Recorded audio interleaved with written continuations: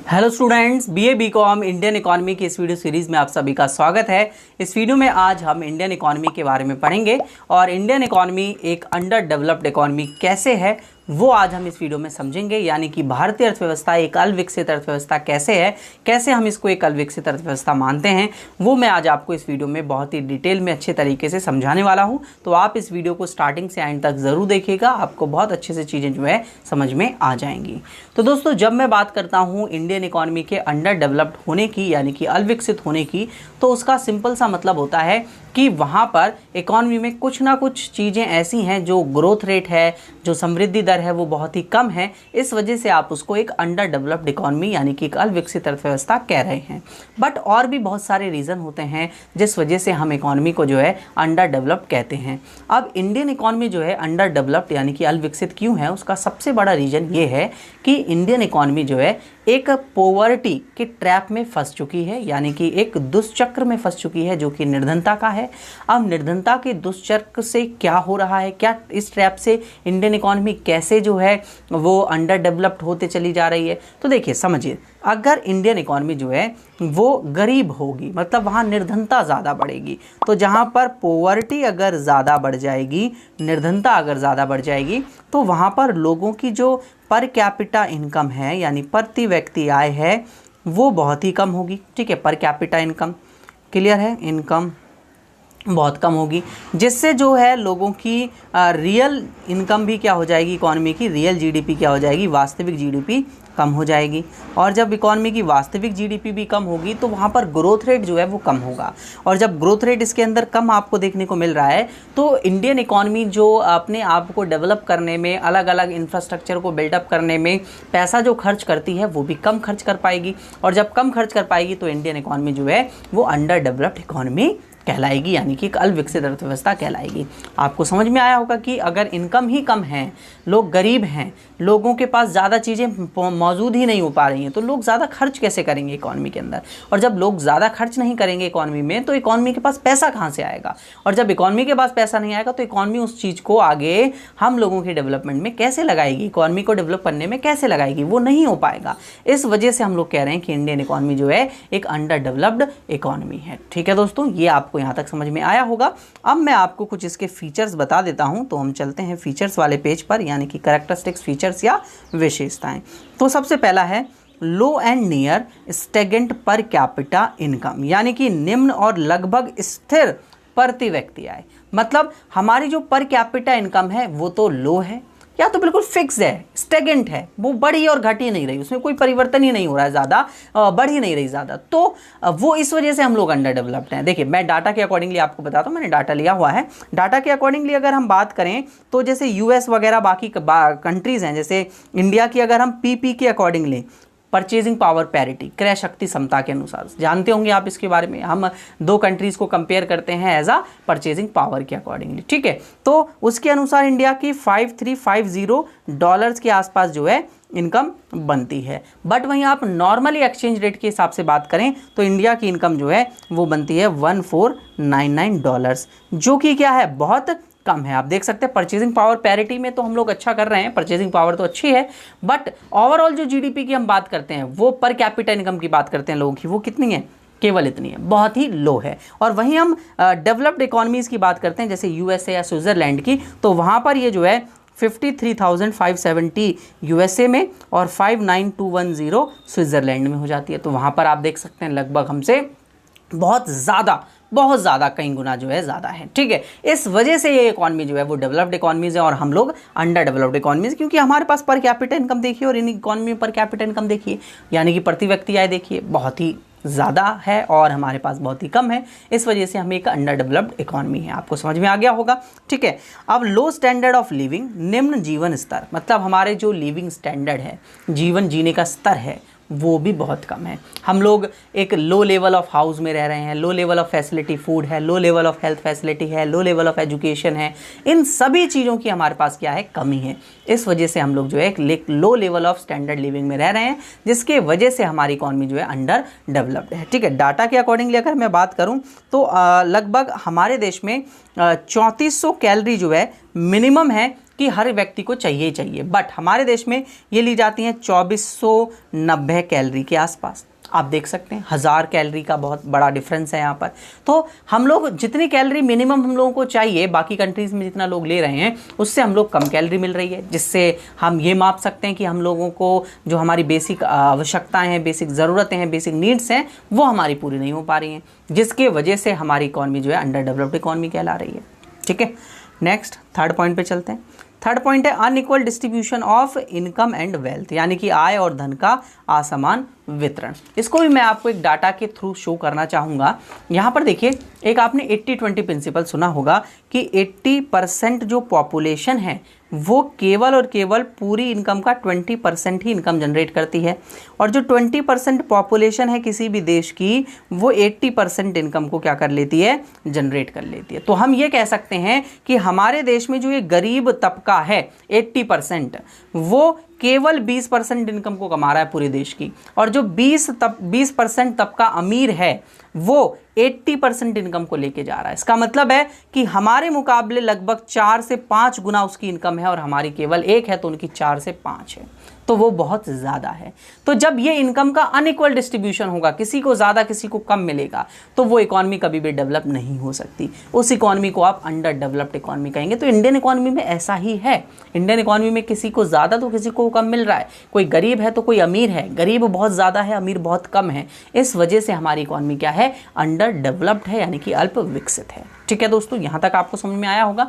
और यहाँ पर कुछ FDI वगैरह का भी लिया हुआ है कि वो हमारे पास कम आता है। ठीक है, नेक्स्ट देखते हैं हम लोग। Fourth point, heavy dependence on agriculture. भाई कृषि पर भारी निर्भरता है, हम लोग पूरे तरीके से डिपेंडेंट हैं किस पर, एग्रीकल्चर पर।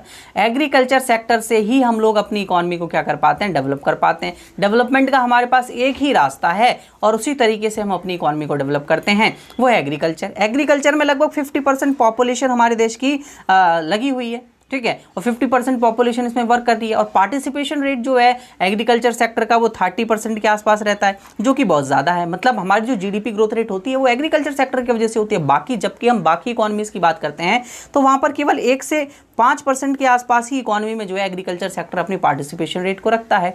वहाँ पर केवल 1 से 5% ही कृषि क्षेत्र से GDP बढ़ती है, बाकी अदर सेक्टर से बढ़ती है। लेकिन इंडियन इकॉनमी में ये 30% बढ़ रही है और आधी पॉपुलेशन एग्रीकल्चर सेक्टर में लगी हुई है। जबकि हम डेवलप्ड इकॉनमीज़ की बात करते हैं तो 2% ही लोग वहाँ पर लगे हुए हैं, 2 से 5%, 7% ऐसे लोग ही लगे हुए हैं। हमारी इकॉनमी में ज़्यादा लगे हुए हैं। हम लोगों को मैन्युफैक्चरिंग सेक्टर इन सब में जाना पड़ेगा, तभी हम डेवलप हो पाएंगे। अगर नहीं जाते तो डेवलप नहीं हो सकते हम लोग। ठीक है, नेक्स्ट है high growth rate of population. हमारी जनसंख्या की जो ग्रोथ रेट है, हमारी जो जनसंख्या की वृद्धि दर है वो बहुत ज़्यादा है। हमारी जनसंख्या बहुत तेज़ी से ग्रो होती है, बहुत तेज़ी से जो है वो बढ़ते जाती है, जिससे हमारी इकॉनमी जो है, जैसे मान लेते हैं अगर मेरे पास 10 व्यक्ति हैं तो 10 व्यक्तियों को पालना थोड़ा आसान है और 100 व्यक्तियों को पालना थोड़ा मुश्किल है। इसी तरीके से अगर किसी देश की जनसंख्या बढ़ जाती है तो वहाँ ज़्यादा लोग होंगे, तो सरकार को ज़्यादा लोगों के लिए फैसिलिटीज़ प्रोवाइड करनी है, और जब वो ज़्यादा लोगों के लिए फैसिलिटी प्रोवाइड करनी है तो वो थोड़ा मुश्किल होगा बजाय कम लोगों के फैसिलिटी प्रोवाइड करना। ठीक है दोस्तों,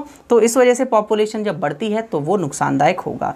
लो पेस ऑफ इंडस्ट्रियलाइजेशन, उद्योगीकरण की धीमी गति। मतलब जो इंडस्ट्रियल हमारे देश में डेवलप हो रही हैं, उन इंडस्ट्रीज़ का जो डेवलपमेंट की रेट है वो भी बहुत कम है। जिस रेट से ग्रोथ रेट होना चाहिए इकॉनमी में इंडस्ट्रियलाइजेशन का, इंडस्ट्रियल सेक्टर का, वो उस रेट से नहीं हो पा रहा है, जिसकी वजह से इकॉनमी जो है डेवलप में नहीं कर पा रही है। ठीक है, मैसिव अनएम्प्लॉयमेंट एंड अनएम्प्लॉयमेंट। ठीक है, व्यापक बेरोजगार या अल्प रोजगार, अंडर एम्प्लॉयमेंट है या फिर आपके पास मैसिव अनएम्प्लॉयमेंट है। देश में बहुत सारे लोग या तो बेरोजगार हैं या तो अल्प रोजगार हैं, मतलब या तो अंडर एम्प्लॉयमेंट उन्हें मिल रहा है, कुछ समय के लिए काम मिलता है, कुछ समय के लिए काम नहीं मिलता, जिसकी वजह से वो अपनी बेसिक नीड्स को पूरा नहीं कर पाते। बेसिक नीड्स को पूरा नहीं कर पाते तो वो गरीब होते हैं। Real capita income, per capita income उनकी कम होती है। पर कैपिटा इनकम कम होने पर रियल इनकम कम होती है हमारे पास, है ना, यानी वास्तविक आय कम हो जाती है। तो ये पूरा चक्र इसी वजह से चलता रहता है। लो रेट ऑफ कैपिटल फॉर्मेशन, यानी कि पूंजी निर्माण का निम्न स्तर। कैपिटल फॉर्मेशन आप सभी को पता होगा, जो कैपिटल गुड्स होते हैं, कैपिटल्स होती हैं, उनके स्टॉक में इंक्रीमेंट होना। वो इंक्रीमेंट होना क्या हो रहा है, बहुत ही कम हो रहा है, धीमा हो रहा है इंडिया के अंदर, जिसकी वजह से कैपिटल फॉर्मेशन बहुत कम है। कैपिटल फॉर्मेशन कम है तो इनकम जो है वो ज़्यादा जनरेट जो हमें करनी चाहिए कैपिटल फॉर्म में, वो हम नहीं कर पा रहे हैं, जिसके वजह से इकॉनमी जो है वो आगे और किसी जगह पर पैसा इन्वेस्ट नहीं कर पा रही है, जिससे हम लोग अपनी इकॉनमी को बूस्ट कर पाएँ, अपनी इकॉनमी को डेवलप कर पाएँ, वो नहीं हो पा रहा है। इस वजह से हम लोग कह सकते हैं कि हमारी इकॉनमी जो है अंडर डेवलप्ड है। Shortage of avail and efficient entrepreneurs, मतलब योग्य और कार्यकुशल उद्यमियों का अभाव।